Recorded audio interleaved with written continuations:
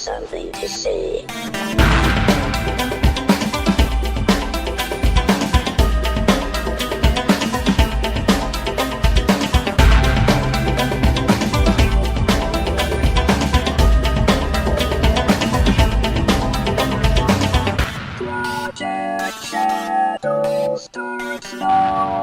Hello everybody, how are you doing today? I'm doing alright.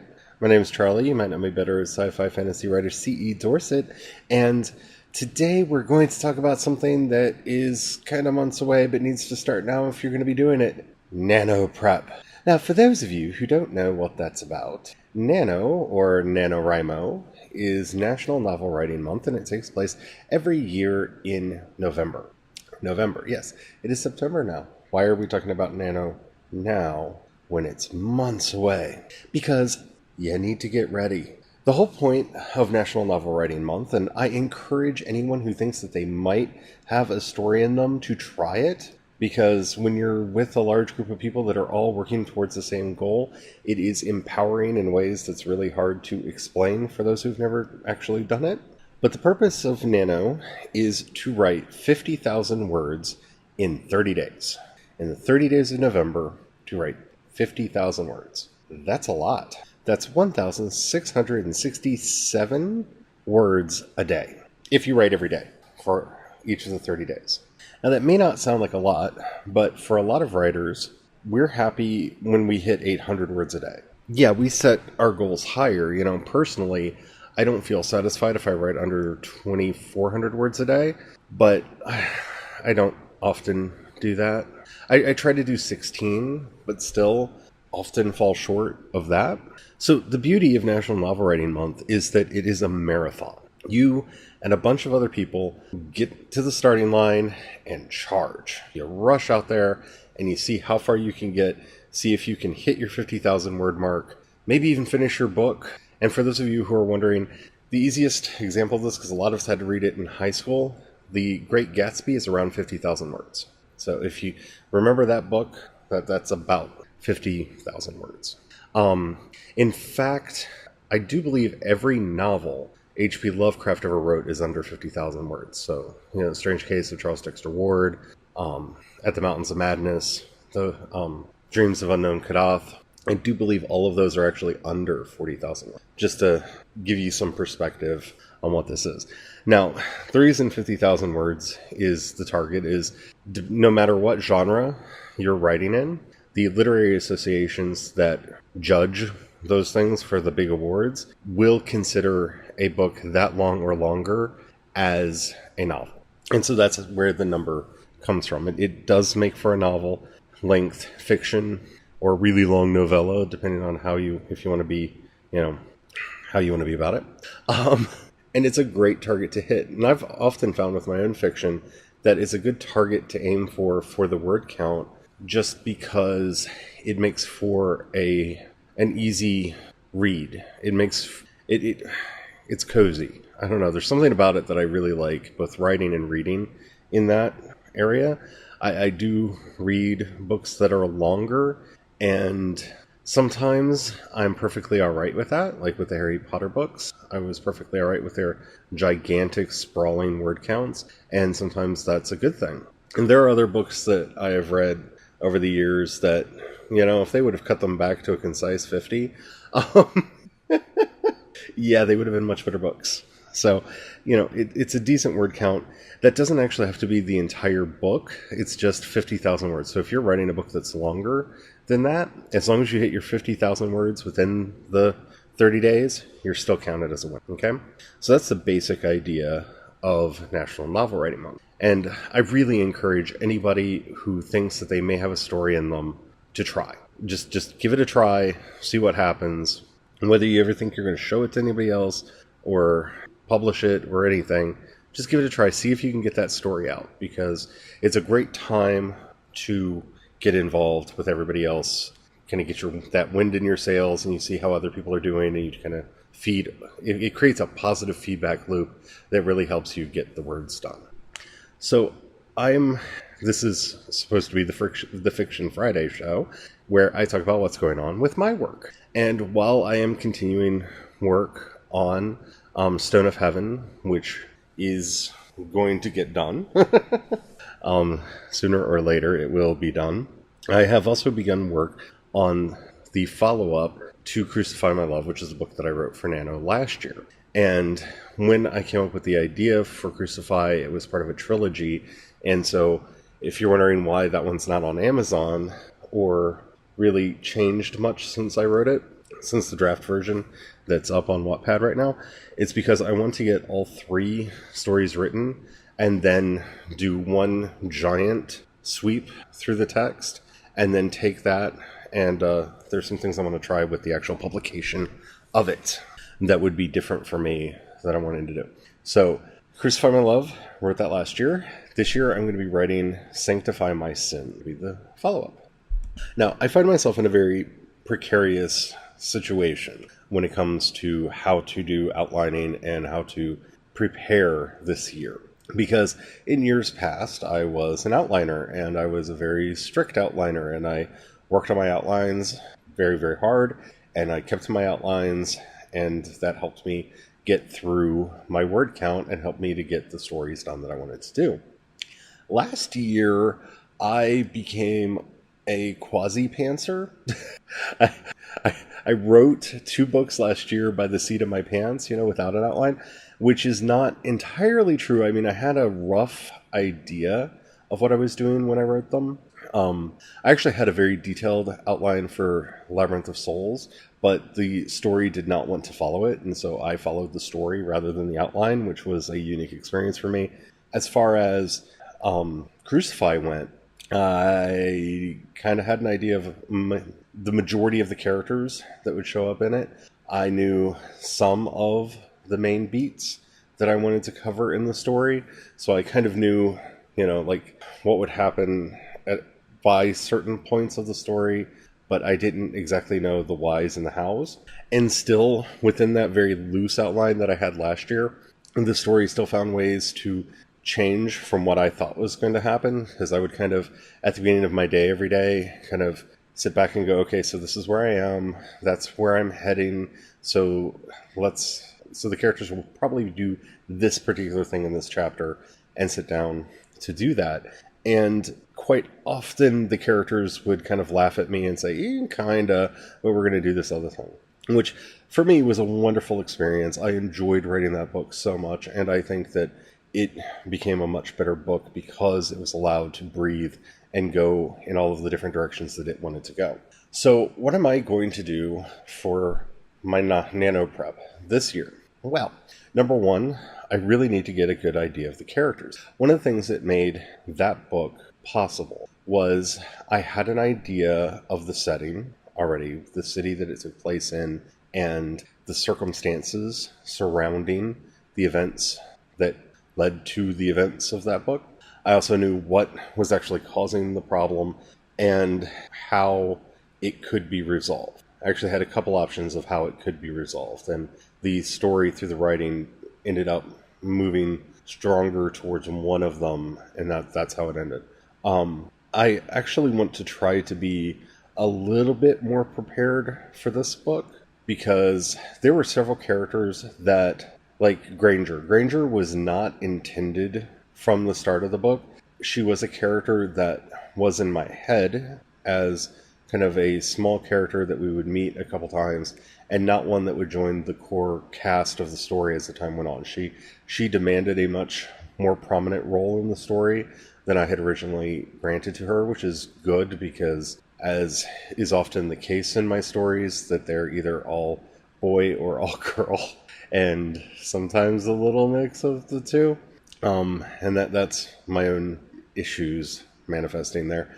But so, I need to get a better grasp of the characters and what the various through lines are going to be for them before I get started this year. And that's kind of where I think if you're a pantser, it's a good place to get started. If you have just a rough idea, I still think you should be doing prep. And this is where I found the works of John Truby to be very handy. Well, I think he goes overboard, and I think he gives kind of a recipe for a story. And while I'm not opposed to it, and I think it would work as a viable story method. I have tried several kind of formulations, like these are the beats that should be hit at these points, and I am not 100% on whether or not I would want to follow his, and that's not a slight on him. It's just I've kind of been doing more of this Kisho Tenketsu thing and really enjoying that model of storytelling. So my plans are to do the premise work that John Truby actually puts forward in. I think that will help me get a much better grasp of the characters, the story, and exactly what I'm wanting to do. And I think that if you're a pantser, that's actually, a wonderful way to approach the story. Because the first thing that I kind of do is I approach through Blake Snyder's ideas of genre, which I believe are covered in his book, Save the Cat Goes to the Movies. I believe this is a book that he does his deep dive into genre, because his genres are not the same genres that you're thinking of. It's not sci-fi, fantasy, and whatnot. It's, full triumphant, institutionalized, Monster in the House, Golden Fleece. And his idea of genre is much more, when you see books that are talking about there are only these many kinds of stories, yeah, it's more that kind of a thing. But where I find it valuable, but one of the most important things that he kind of gets at, and you can debate whether he's right about this, but these are his genres, as he puts it, are the only stories that are commercially viable. That every book or movie that has ever made money has been in one of these genres. And I agree. I actually kind of took that up as a challenge, and as I often do with these story ideas, when somebody makes a bold claim like that, went through my DVD collection, went through my novel collection, went through the TV series that I like. Yeah, he's pretty much right on. And his idea of genre is also much vaguer than and more specific than other people that would give you a formula for a story. So basically what he says is, so like in a Monster in the House story, you have 3 components. You have the monster, which is the thing that's running around terrorizing everybody. The house, which is the self-contained unit that is being terrorized. And the sin, that thing that released the monster, or that called the monster, or brought the monster about. So you find those 3 elements and use that to construct your first premise for the story and develop from there. And depending on how you want to see a lot of stories, there are actually quite a few that you can put in here. The most obvious, of course, is Alien, right? Mother, the sin. Mother tells them to go to the planet. Go to, what is it, LV-126? Oh, I feel so bad I can't remember the actual number of the planet. But at any rate, Mother very specifically tells them to go into the planet for strange reasons. Wakes them up, diverts them. It's all kind of secretive. And you can tell, obviously, in the first Alien movie, that is the sin. Because of the way the crew reacts. The crew of the Nostromo reacts to these orders. They're strange. They don't make sense. Why are they not allowed to talk about why and what have you? All right? So Mother commits the sin, which sends them all to the planet. While they're on the planet, they encounter the eggs. Bishop gets attacked. Back up to the ship. So now the Nostromo is the house. And of course the Xenomorph is the monster. And now you have the basic premise of Alien. When the Weyland-Yutani changes the course of a ship to go investigate an anomaly, they encounter an alien that they accidentally bring back to the ship that tries to kill them all. So there you go. House, sin, and monster. And depending on how you want to see it, I think you could also do the same breakdown for Ghostbusters and a lot of other stories as well. And in some ways, I think it's a very fun argument whether or not Aladdin is an out-of-the-bottle story, or if it's a Monster in the House story, which genre it actually fits into, because I think it's actually a Monster in the House story, and Jafar is actually the main character from that point of view, because it's Jafar's sin that sends Aladdin into the Cave of Wonders, where he gets the genie. The genie is the monster, right? The genie ruins all of Jafar's plans, right? And then the house being Agrabah. And of course, the one who's ultimately destroyed by this was almost Aladdin and almost Jasmine, but definitely Jafar. Jafar himself was destroyed by this. And so it's very interesting when you look at Aladdin through that light. You can look at it through a couple other genres depending on how you want to see the story. It could be full triumphant from the point of view of Aladdin, what have you. But for me, the brilliance of doing this is by the end of this process, you have a simple one-liner to contain what is, by this point in the process, probably a fairly amorphous idea. And so you pick your genre, you create your premise using Blake Snyder's method, and then I would run that premise through John Truby's premises. So that's probably what I'm going to do this year. I'm curious what your Nanoprep is going to look like if you are going to be engaging in it. And like I said, whether you consider yourself a full-time writer, whether you want to be a full-time writer, whether you're someone like me who is obsessively compelled to tell stories all day, every day, and does that, or not, if you think you have a story in you, try to tell it. I think it's very much worth your while to at least experiment and to see. And you never know. You may write the worst thing ever written and become very successful like E.L. James. Sorry, that was bad. That was naughty of me. I shouldn't make fun of 50 Shades. I shouldn't. I often do, but I shouldn't. At least I didn't bring up Stephanie Meyer's. Oops. No, I kid. People liked those stories. They connected with people, so they were obviously successful at some level, or people wouldn't have liked them. Yeah. So that's kind of where I'm at, is I'm going to be taking the idea that I have for Sanctify, putting it through the process, and seeing what pops out. And I'm starting it now because, as very often happens with me, the premise that I initially have for a story mutates over time as I fiddle with it in my mind, and the actual idea that I start writing is different. Sometimes significantly so, sometimes in minor details, but it's very often different. So I'm going to start playing around with Sanctify now and see where it leads me and what ends up coming from it. And I'm really curious what you guys are up to. If you're planning on partaking in National Novel Writing Month this year, do let me know. I'd love to see what all stories, and even more interesting to me, because I'm that kind of a fiction geek, what methods you're using. And they don't even have to be like, well, go read this book, because, I think there's kind of the pantheon of books that we've all kind of played through. And, that's John Bonet's Stealing Fire from the Gods, which is a riff on Joseph Campbell's Hero with a Thousand Faces, but different in certain ways. You have your John Truby's, you have your Blake Snyder's. Blake Snyder seems to be getting more people interested in his stuff lately, which is interesting. I've heard other people reference him a lot more lately than I have in the past. And a lot of other people that I'm currently forgetting because I basically just listed my favorites.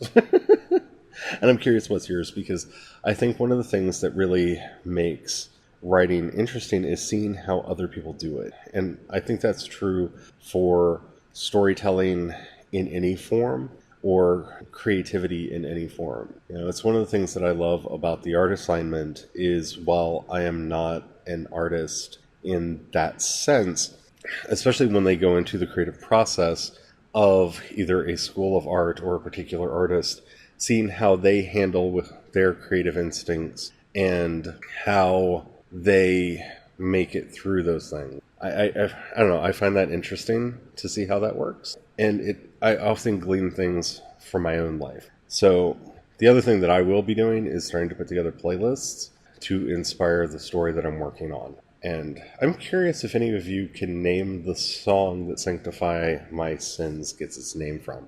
I think I've actually mentioned it on the podcast, if anybody was paying attention, a while back. But yeah, that is a line from a song that inspired the story. If you can, hit me up on social media. I would love to see what you think.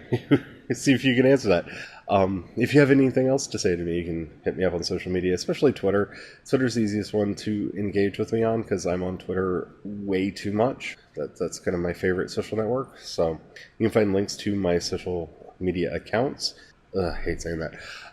Over at projectshadow.com, as well as links to every place this podcast is available.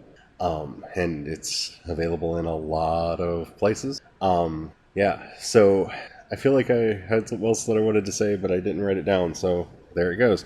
If you want, if you can support this podcast and you want to, one easy way that you can do that is whatever you're listening to me on. If you can give it a like or rate it in some way, that really does help the podcast out. If you're able to do that, share with people that you think will find what I'm talking about interesting.